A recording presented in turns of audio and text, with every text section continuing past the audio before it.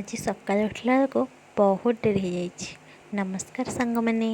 ଆଜି ସକାଳେ ଉଠିଲା ବେଳକୁ ମୋ ସାନ ଭାଇ ଏଠି ବିସ୍କିଟ୍ ପାନିରେ ବୁଡ଼େଇକି ଖାଉଛି। ସତ ତ ତଣ୍ଟିରେ ଯାଉନି ତ। ଏପଟେ ମୋ ବୋଉ ଆମ ପୁଅକୁ ଏଠି ବୁଲଉଛି। ମୋ ଖୁଡ଼ି ଝିଅ ଜଣେ ଠିଆ ହେଇଥିଲେ। ଏପଟେ ଘରକୁ ସକାଳୁ ସକାଳୁ ମାଛ ଆସିଥିଲା ହାରି। ରୋଜି ପଛେ ପଛେ କରି ହଳଦୀ ଲୁଣ ଯାଉଛି। ତାପରେ ଭାଜିବାକୁ ଯାଉଛି। ସେପଟେ ଭାଜିବାକୁ ଯାଉଛୁ ମାଆ ନେଇ ଆସିଲା ଛତୁକୁ ଭଲସେ ଧୁଆ ଧୋଇ କରି କଟାକଟି କରିଦେଲା।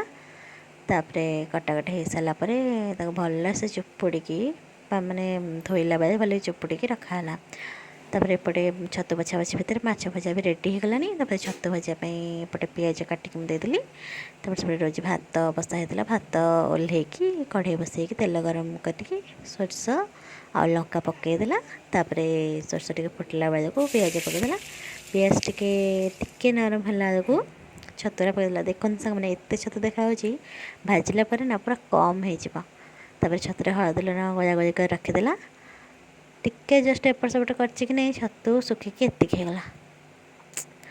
ତାପରେ ଛତୁ ଭଜା ରେଡ଼ି। ମାଆକୁ ଦେଇଦେଲି, ମାଆ ଭାତ ଖାଇଲା। ପଚାରିଲି କେମିତି ଥିଲା, ସେ କହିଲା ବହୁତ ବଢ଼ିଆ ଲାଗୁଛି। ତାପରେ ଆମେ ଟିକେ ଜଙ୍କିଆ ଗଲୁ, ଟିକେ କାମ ଥିଲା। ତାପରେ ଆସିଲା